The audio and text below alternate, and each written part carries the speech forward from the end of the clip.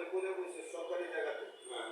এখন এখানে সরকারের উন্নয়নমূলক দেশের উন্নয়নমূলক কাজের জন্য আমরা মনে করেন যে আমরা এই অফিসের নিচে শুধু আমাদের সমিতির যে দোকানদার, আর বাইরে যারা আছে তারাও আমাদের সদস্য, কিন্তু সরকারি জায়গার মধ্যে। এখন সরকারি জায়গার মধ্যে সরকারের দেশের উন্নয়নমূলক কাজের জন্য মানে সরকারি জায়গা ভাঙচুর করতেছে এবং করলেন তাদের জন্য আমরা বেশিরভাগই রেলওয়ের জায়গার মধ্যে ব্যবসা বাণিজ্য করতাম, কিন্তু এখন ওই জায়গাটা ছেড়ে দিতে হচ্ছে। কারণ এই পর্যায়ে গিয়ে সে আমাদের বাজারের দোকানদাররা খুব অসুবিধার মধ্যে দোকানদারি করতেছে। করতে গিয়ে সে আমরা কোনো সরকারি জায়গাতে ব্যবসা বাণিজ্য করলেও যে আমাদের দোকানদাররা সরকারি কোনো কাজে বাধা বিঘ্ন সৃষ্টি করতেছে না। মানে সরকার যখন যতটুকু কাজের প্রয়োজন খালি করতেছে প্লাস কাজ করতেছে। এটা আপনার প্রতিক্রিয়া কি হয়?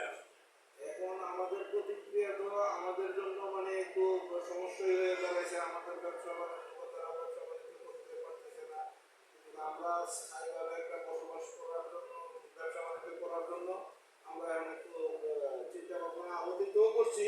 এখন আমরা একটু ডেভেলপ করার জন্য আপনার চেষ্টা করতেছি। ডেভেলপটা আপনি কার কাছে করতে যাচ্ছেন? বর্তমান সরকারের কাছে? আসলে সরকারের কাছে যে আমি ব্যবসা বাণিজ্যের ব্যাপারে ইয়ে করবো, মানে আমাদের এলাকাতে কোনো কাঁচা বাজার নাই। 12 নং ওয়ার্ডে সরকারি মানে বিভিন্ন সিটি কর্পোরেশনের ইয়ার থেকে মনে করেন একটা বাজার থাকে, তো আমাদের 12 নং ওয়ার্ডে কোনো সিটি কর্পোরেশনের সরকারি কোনো বাজার নাই। তবে আমার একটা দাবি থাকবে যে যেহেতু দীর্ঘদিন কৃষিকাজ বিরোধী আন্দোলনে সংগ্রামে দেশের মানুষ অনেক দুঃখ কষ্ট কাটাইছে, এবং জনগণের ভোটে নির্বাচিত সরকার আছে, এবং এই সরকার আমাদের জন্য 12 নং ওয়ার্ডে একটা কাঁচা বাজারের চিন্তা ভাবনা করবে, এটাই আমি প্রত্যাশা করি। মালিবাগ বাজার ক্ষুদ্র সমিতি আমাদের প্রতিষ্ঠাতা সভাপতি ছিলেন মরহম মুস্তাফা সাহেব। ওনার রেজি নাম্বার আছে যে 437 মালিবাগ, এবং তার সাথে এখানে আমাদের রেজিস্ট্রেশন নাম্বার আছে 2161। এখানে আমাদের পদসম্পাদক নাজিমুদ্দিন ভাই যে কথাটা সরকারের কাছে তুলে ধরেছে যে প্রত্যেকেরই একটা বাসা আছে, পাখিরও একটা বাসা আছে। পাখিটা সারাদিন পরিশ্রম করে কিন্তু তার বাসার মধ্যে যায়।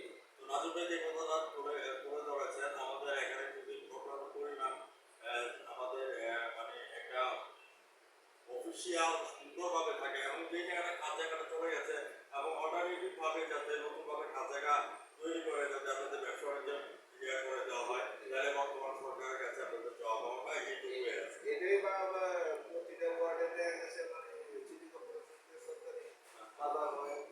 আমাদের এলাকাতে যদি মনে করেন এরকম একটা বাজার সরকার সিটি কর্পোরেশন থেকে করে দেয়, তাহলে আমাদের এলাকার মনে করেন জনসাধারণ আমাদের একটা চরম দুর্ভোগের দিকে কাটাতে হয়। যেহেতু আমাদের কাঁচা বাজার, আমাদের 12 নং ওয়ার্ডে কাঁচা বাজার নাই, এবং মালিবাগ বাজারটা যে জায়গাটা যে আমরা তো সরকারি জায়গার মধ্যে আমি আগেই বললাম সরকারি জায়গা খালি ছিল, আমরা ব্যবসা বাণিজ্য করছি।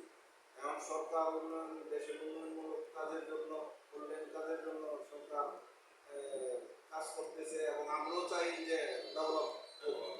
কিন্তু এখন যে ডেভেলপ করতে গিয়ে যে ডাম্পিংটা হচ্ছে, জলাবদ্ধতা, এই জলাবদ্ধতা এবং সিকিউরিটি গার্ড আপনাদেরকে কেমন সিকিউরিটি গার্ড মনে করেন প্রশাসন তো আছে, পুলিশ প্রশাসন আছে, তারা আছে। আর প্লাস আমাদের এই বাজারের সিকিউরিটির জন্য আমাদের সমিতির তরফ থেকে নাইট গার্ড আছে।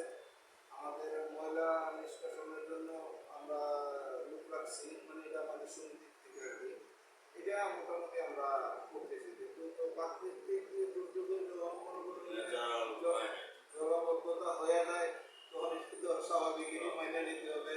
এবং আমাদের এখানে জলাবদ্ধতাটা ছিল না, কিন্তু এখন হইতেছে আমরা ওই যে উন্নয়নমূলক কাজটার জন্য বিভিন্ন সময় একটু সমস্যা হইতেছে আর কি। তাও এটা তো মাইনে নিতে হবে, কারণ উন্নয়নমূলক কাজের জন্য যখন কোনো একটা অসুবিধা হইব, আমি এই দেশের নাগরিক হিসাবে তো আমার এটা মেনে নেওয়াটাই স্বাভাবিক। আমি তো চাই এই দেশের উন্নয়ন হোক। যে